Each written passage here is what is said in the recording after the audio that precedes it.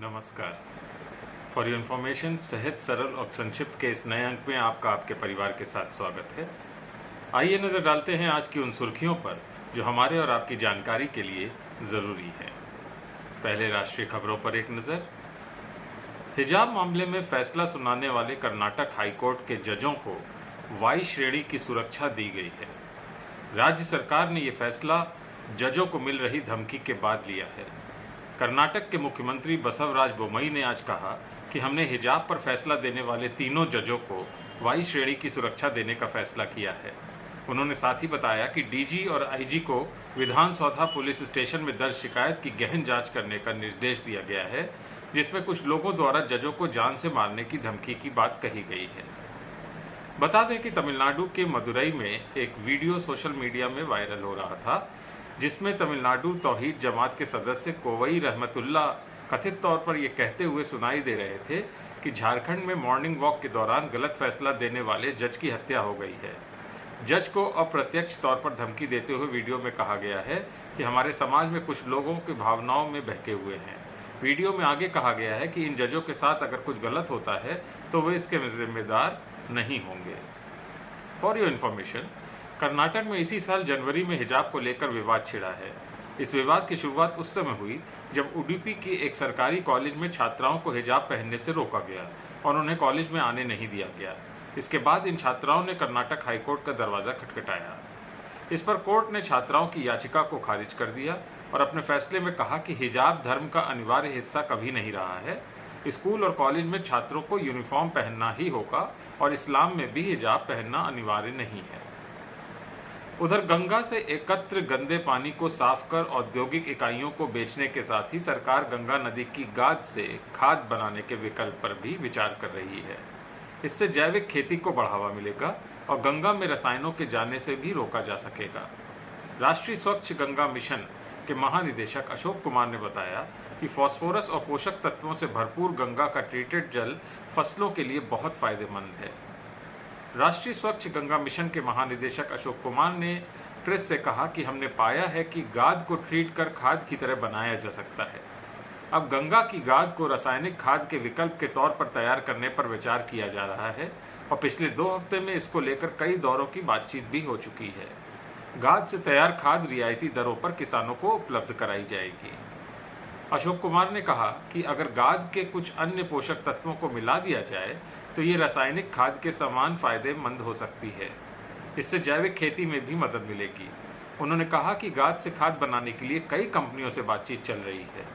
किसान इसका प्राकृतिक खाद के रूप में इस्तेमाल कर सकते हैं। इससे गंगा नदी में गाद की समस्या से निजात मिलेगा। अंतर्राष्ट्रीय खबरों पर एक नजर। यूक्रेन पर रूसी हमले से चीन का मनोबल बढ़ता नजर आ रहा है। चीन के 2 लड़ाकू और 2 बम वर्षक विमानों ने शनिवार को ताइवान के वायु रक्षा क्षेत्र में दाखिल हुआ। ताइवान के रक्षा मंत्रालय ने बताया कि चीन के शेनयांग J-11 और शेनयांग J-16 लड़ाकू विमानों के साथ 2 शियान H-6 बम वर्षक विमानों ने ताइवान के वायु रक्षा क्षेत्रों में घुसपैठ की। चीन की ओर से बार बार हो रही ऐसी कार्रवाइयों को लेकर ताइवान ने उसे आगाह किया है। ताइवान न्यूज़ के हवाले से समाचार एजेंसी ANI ने अपनी रिपोर्ट में कहा कि ताइवान के विदेश मंत्री जोसेफ वू ने चीन को अंतर्राष्ट्रीय व्यवस्था बदलने के खिलाफ चेतावनी दी है। उन्होंने ऑस्ट्रेलिया के स्काई न्यूज़ को दिए एक साक्षात्कार में कहा कि चीन अंतर्राष्ट्रीय व्यवस्था को बदलना चाहता है और ताइवान के साथ साथ इंडो पैसिफिक में अपनी सत्तावादी व्यवस्था फैलाना चाहता है। ऐसे में चीनी हमले से यदि ताइवान गिरता है तो बाकी क्षेत्र भी प्रभावित होंगे। प्रदेशों से कुछ समाचार। उत्तर प्रदेश के विधानसभा चुनाव 2022 का परिणाम आने के बाद अब जीत दर्ज करने वाले सभी दल विधायकों का नेता चुनने की प्रक्रिया भी प्रारंभ कर रहे हैं। उत्तर प्रदेश में प्रमुख विपक्षी दल समाजवादी पार्टी ने अपने विधायकों की बैठक की तिथि को आगे बढ़ा दिया है। समाजवादी पार्टी के विधायक दल की 21 मार्च को होने वाली बैठक अब 26 को होगी। माना जा रहा है कि समाजवादी पार्टी ने उत्तर प्रदेश सरकार के शपथ ग्रहण समारोह के कारण विधायक दल की बैठक का कार्यक्रम आगे बढ़ाया है। पहले मंत्रिमंडल की शपथ 21 मार्च को होनी थी, जो अब 25 मार्च को होगी। उधर आएंगे तो योगी ही का नारा बुलंद कर करोड़ों प्रदेशवासियों ने जिस उम्मीद के साथ भाजपा को ऐतिहासिक जीत दिलाई है, वह 25 मार्च को फलीभूत होगी। योगी आदित्यनाथ एक बार फिर नए मंत्रिमंडल के सदस्यों के साथ मुख्यमंत्री पद की शपथ लेंगे।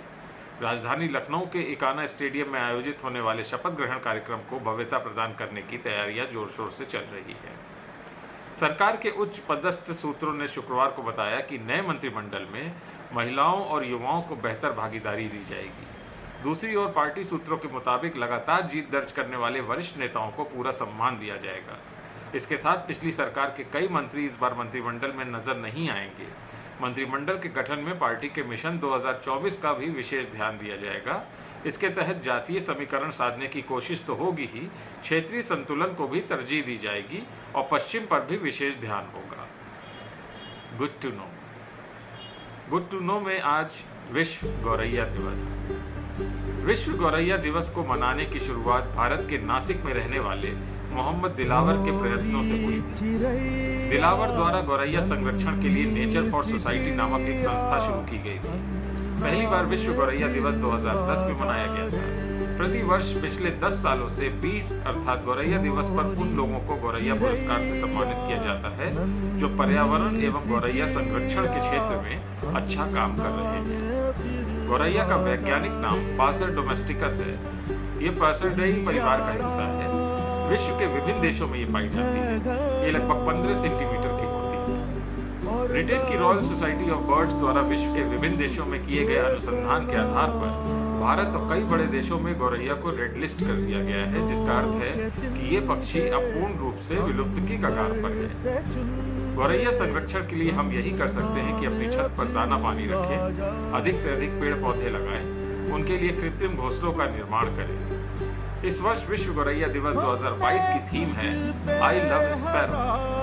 विश्व गौरैया दिवस मनाने का इसके उद्देश्य ये भी है कि हमारे युवाओं को प्रकृति के प्रति उत्साह मिले, लोगों को गौरैया से प्रेम करने और उनकी देखभाल करने के लिए प्रोत्साहित किया जाए। We all love sparrow.